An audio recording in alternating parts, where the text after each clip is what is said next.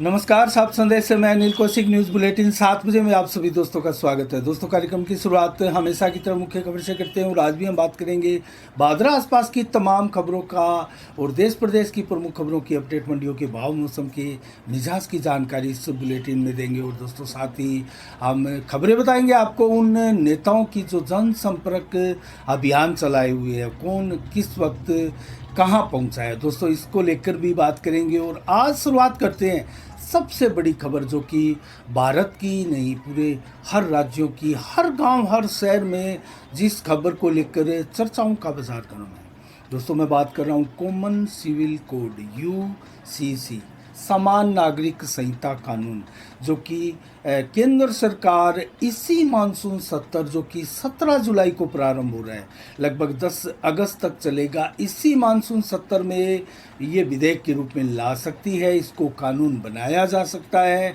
इसको लेकर पूरे देश में चर्चाएं छिड़ी है। और इसके अलावा उत्तराखंड भी वो पहला राज्य हो सकता है जो कि इस कानून को लागू करने वाला होगा। और बहुत बड़ा काम अब तक इसको लेकर उत्तराखंड की सरकार ने कर दिया है, जबकि अभी तक भारत सरकार पीएम मोदी के संबोधन के बाद जिसमें चर्चा की गई दोस्तों इसी कानून की, कॉमन सिविल कोड की, उसके बाद में पूरे देश की विपक्षी पार्टियों में और सभी पार्टियों में चर्चाओं का विषय गर्म है। तो क्या इसको, जो 3 जुलाई को संसदीय समिति की बैठक हो रही है, उसमें भेजा जा सकता है, या फिर इसको सीधे ही मानसून सत्र में विधेयक के रूप में लाया जा सकता है, ये देखने वाली बात है। लॉ कमीशन ने भी विचार विमर्श शुरू कर दिया गया है। 1 महीने का इसमें समय दिया गया था और प्रक्रिया शुरू है।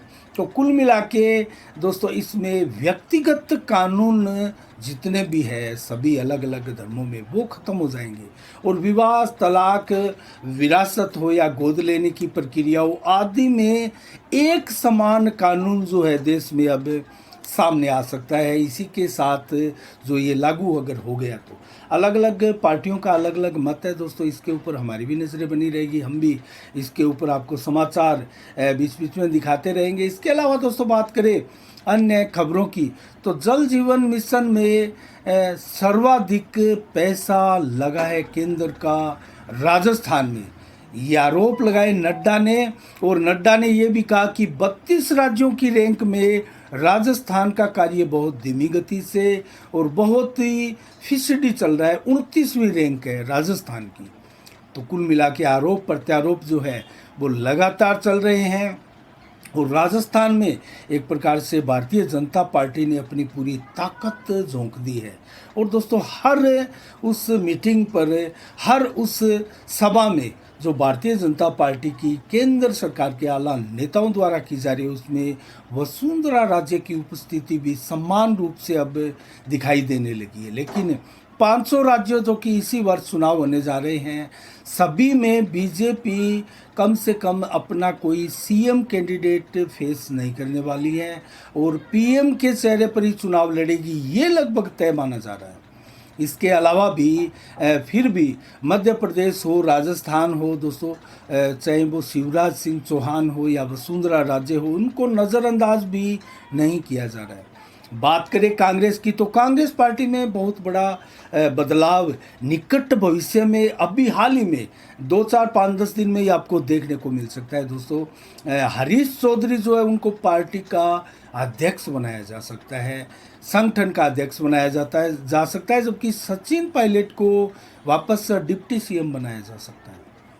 बहुत कम समय सरकार का रह गया। इस चेंजिंग का, इस बदलाव का औचित्य क्या है, ये तो कांग्रेस पार्टी जाने। लेकिन विश्वस्त सूत्रों से जो जानकारियां निकल कर आ रही है दोस्तों, वो कमोबस यही है। सचिन पायलट के ऊपर कयास ये भी लगाए जा रहे थे कि उनको भी जो है आईसीसी का अध्यक्ष बनाया जा सकता है, अर्थात कांग्रेस का पार्टी का संगठन का अध्यक्ष बनाया जा सकता है। लेकिन अब ये खबरें जो है वो धूमिल हो रही है। तो कुल मिला के अशोक गहलोत, जो कि अभी लड़खड़ा कर गिर गए थे 2 दिन पहले, उनको चोट लगी, अस्पताल में इलाज चला और कुछ दिन वो आराम करेंगे और अस्पताल से या घर से आराम करते हुए सरकार की गतिविधियां वो चलाएंगे। लेकिन आने वाले मात्र 3 और 4 महीने का समय रहा है दोस्तों सरकार का। ऐसे में वो क्या क्या करने वाले हैं, 19 नए ज़िले बनाए, उनको इम्प्लीमेंट करने का तेज़ी के साथ काम चल रहा है। लगभग 11 जिलों की कवायद लगभग पूरी कर ली गई है, लेकिन अभी भी जो समय बहुत कम बचा है उसमें उन बाकी बचे राज्यों को, जिलों को भी इम्प्लीमेंट करना है, उनमें सारी चीज़ें स्थापित करनी है। ऐसे में नौहर सहित जो अनेक जिलों की मांग और थी, क्या वो पूरी हो सकती है? क्या उनको भी नया जिला घोषित कर किया जा सकता है?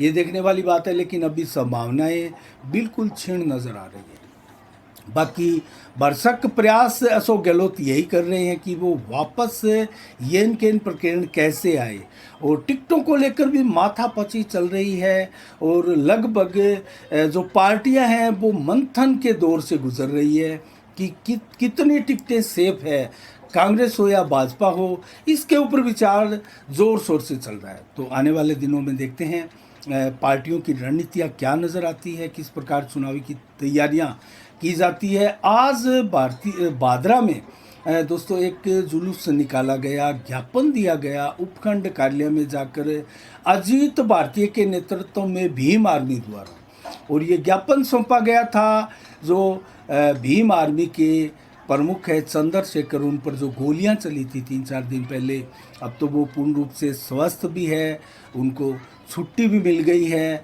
लेकिन उस हमले को लेकर आज ज्ञापन सौंपा गया, सीबीआई जांच की मांग की गई, उनको सुरक्षा की मांग की गई, हमलावरों को तुरंत पकड़कर गिरफ्तार करने की मांग की गई। अजीत भारतीय के नेतृत्व में ये आज ज्ञापन सौंपा गया। इसके अलावा दोस्तों बात करें अन्य खबरों की, तो जल स्वास्थ्य अभियांत्रिक विभाग उपखंड भादरा के सुरेंद्र कुमार भाटी अपनी 39 वर्ष 3 माह की राजकीय सेवा के साथ ही आज सेवानिवृत्त हो गए, और उनका जो सफ़र रहा वो पूरा हो चुका है। आज 30 जून को वो सेवानिवृत्त हुए। कल किराड़ा बड़ा उनके पैतृक गांव में सने भोज का एक विदाई पार्टी का भी आयोजन किया जाएगा। इसी के साथ ही दोस्तों बात करें अन्य खबरों की, तो 3 जुलाई को गुरु पूर्णिमा को होने वाले अनेकों कार्यक्रमों की चर्चा भी होने लगी, और सबसे बड़ा कार्यक्रम मैंने पहले भी आपको बताया था, रामतलाई आश्रम में जिनके प्रमुख श्री श्यामानंद जी महाराज हैं, उनके सानिध्य में लगभग हजारों की संख्या में लोग इस कार्यक्रम में भाग लेते हैं। दोस्तों यहाँ गुरु दक्षिणा भी दी जाती है, गुरु के सानिध्य में रहकर वक्त भी बिताया जाता है, और भंडारा भी यहाँ किया जाता है। और दोस्तों सत्संग, हवन, पूजन इत्यादि कार्यक्रम भी रामतलाई आश्रम में सदैव की बात होती है। हर वर्ष यहाँ ये बड़ा कार्यक्रम गुरु पूर्णिमा के उपलक्ष्य में होता है। इसके अलावा दोस्तों बात करें अन्य खबरों की, तो गौशालाओं में जो दान देने की परंपरा है उसमें एक अनोखी परंपराएं शामिल हो चुकी है। दोस्तों बेशक किसी का जन्म दिवस होता है या कोई पुण्यतिथि होती है, तो गायों को गुड़ खिलाना हो, हरा चारा खिलाना हो, या फिर इस प्रकार से जाकर गौशाला में सेवा करना हो, ऐसे काम किए जाते हैं। लेकिन बनाई गांव के यतीन चौधरी का एनडीए में चयन हुआ है दोस्तों, और बनाई गांव की श्री कुंज बिहारी गौशाला में 11,000 रुपये सहयोग राशि गौसेवार्थ उन्होंने भेंट की। इस अवसर पर गौशाला सेवा समिति जो है उन्होंने आभार व्यक्त किया, और ऐसे कार्यक्रम आजकल बहुत याद होने लगे हैं, और ये अच्छी परंपरा है। एक और इसी प्रकार की न्यूज़ मैं आपको बताऊं, तो दोस्तों बरवाड़ी गांव की बेटी डॉक्टर मोनिका पुत्री राजाराम पुनिया ने मेडिकल ऑफिसर के रूप में चयन होने की खुशी में अपने प्रथम वेतन का 60,000 रुपया जो है स्थानीय श्री कृष्ण गौशाला को भेंट स्वरूप प्रदान किया, और ये भी कहा कि गौ सेवा से बड़ा कोई दान नहीं है। और एक शानदार उदाहरण दोस्तों इसको लेकर पेश किया गया। नेठराना गांव में मोनिका की ड्यूटी है, और वहां से वो अपना जो राजकीय सेवा का है वो कार्यकाल प्रारंभ करने जा रही है। और उनके पिता सरपंच पिता राजाराम पुनिया ने बताया कि मेरे बेटे और बेटी दोनों ने ही अपना पहला वेतन गौशाला में दिया था। तो ये शानदार परंपरा दोस्तों सभी को प्रेरणा देने वाली है। और अपने किसी भी बच्चे का जन्मदिवस आप मनाएं तो केक काटने की बजाय इस प्रकार के कार्यक्रम करें, चाहे अनाथ आश्रम में जाकर अनाथ आश्रम के प्यारों को भोजन कराएं, या फिर गौशाला में इस प्रकार की भेंट दें, या फिर आप किसी प्रकार से जो पेड़ पौधे हैं वो लगाए, पक्षियों के लिए चारे की पानी की व्यवस्थाएं करें। इस प्रकार के सोशल कार्य आजकल करने भी लगे हैं लोग, और इसको लेकर अनुसरण भी किया जा रहा है, इनकी प्रेरणा भी ली जा रही है युवाओं द्वारा। तो कुल मिला के दोस्तों ये शानदार कार्यक्रम आजकल होने लगे। और बात करें दोस्तों आज नेताओं के जनसंपर्क अभियान की, तो बलवान पुनिया से शुरुआत करते हैं। एक्सियन ऑफिस के नए भवन का बलवान पुनिया ने आज उद्घाटन किया। और इसके अलावा कल आपने देखा होगा मोतीपुर आवास में मील परिवार ने उनको समर्थन देने का एक कार्यक्रम आयोजित किया था और माला भी पहनाकर समर्थन दिया था। तो कुल मिला के लगातार सक्रिय रहे नेताओं के बारे में हम आपको बराबर बताते हैं। संजीव बेनीवाल की बात करें तो वो भी लगातार एक पंचायत रोज़ाना अपने अभियान में शामिल करते हैं, घर घर दस्तक देते हैं, गांव गांव जाते हैं एक पंचायत में, और अपने लिए आगामी चुनावों को लेकर समर्थन जुटा रहे हैं। और कल दोस्तों गोगामेडी में रॉयल इंटरप्राइजेज का उद्घाटन भी संजीव बेनीवाल और साथ में सुखदेव सिंह शेखावत ने मिलकर किया। जयदीप डूडी की बात करें तो हनुमान साहू के सेवानिवृत्त कार्यक्रम में दिखाई दिए जयदीप डूडी। और इसके अलावा बात करें दोस्तों अन्य आसपास की खबरों की, कस्बा क्षेत्र में दोस्तों सीवरेज की बात कर लेते हैं। सीवरेज इन दिनों अच्छी खासी चर्चा का विषय बनी हुई है दोस्तों। आए दिन इसको लेकर हर गली मोहल्ला हो, बाजार हो, चैम्बर ओवरफ्लो होने की सूचनाएं आ रही है। और दोस्तों इससे लोग भारी परेशानी भी महसूस कर रहे हैं और गंदा पानी भी पी रहे हैं, चाहे वो कनेक्टिविटी सीवरेज की हो या नालियों की हो या कुइयों की हो। अधिकांशतः कुइयाँ दोस्तों अब तक बंद हो चुकी हैं और सीवरेज में ही कनेक्शन अब चालू हो चुके हैं। लगभग 6-7 वार्ड ऐसे हैं जिनमें सीवरेज के कनेक्शन दिए जा रहे हैं, लेकिन हालात ये है कि ये जो सीवरेज के मेन पाइप में जो गंदगी आ रही है वो गंदगी कहीं आगे पास नहीं हो रही है, ट्रीटमेंट प्लांट तक ये गंदगी नहीं पहुंच पा रही है और इसको ओवरफ्लो के चलते कस्बा क्षेत्र में निकाला जा रहा है। और रात्रि के वक्त आप विभिन्न बाज़ारों में आप बड़ी संख्या में ट्रैक्टर्स देख सकते हैं जो कि एक पाइप लगाकर इन सीवरेज चैम्बरों के ढक्कन खोलकर वो गंदगी निकाल दी जाती है और नालियों में पटकी जा रही है। तो सुबह उठकर जो लोग घूमने इस शहर में जाते हैं उनके लिए वातावरण कैसा यहाँ दिया जा रहा है नगर पालिका बादरा के द्वारा। गंदगी युक्त जो गंदगी आप शौचालयों में और सीवरेज के थ्रू आप ये तीसरी आप समझते हैं कि वो गंदगी ट्रीटमेंट प्लांट तक पहुंच गई होगी, वही गंदगी आपके घर के इर्द गिर्द आपके मोहल्ले में ही दोबारा नालियों में डाल दी जाती है। करोड़ों रुपए लगाने का औचित्य आखिर क्या है दोस्तों?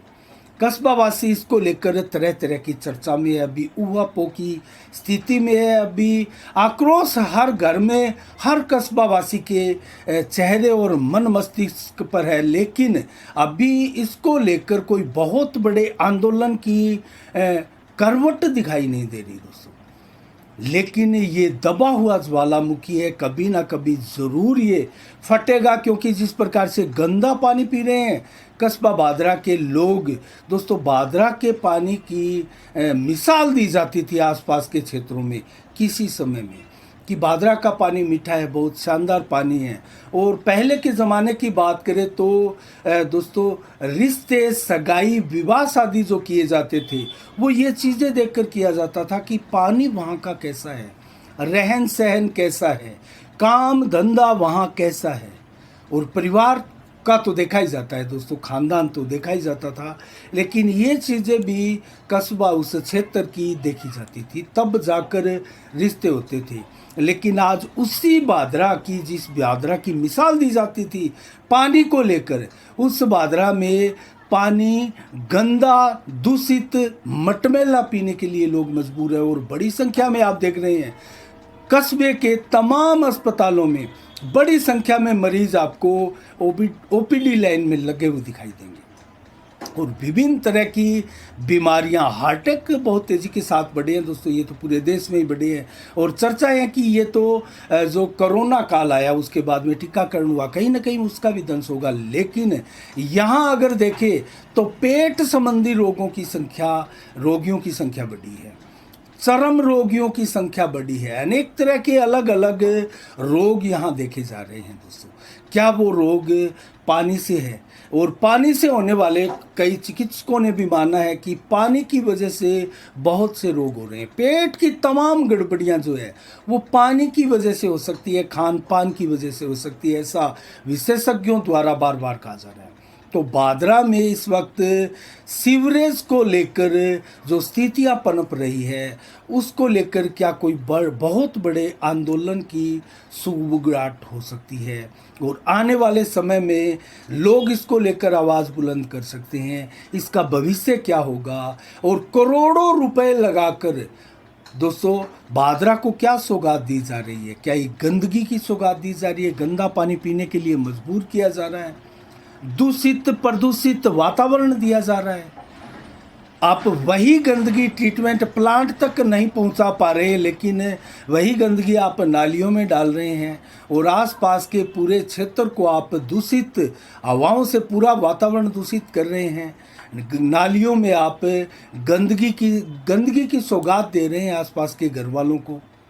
दोस्तों ये बहुत बड़ी समस्याएं हैं और इसके ऊपर हमारी नज़रें लगातार बनी रहेगी। आज 30 जून को क्या विशेष दिवस है?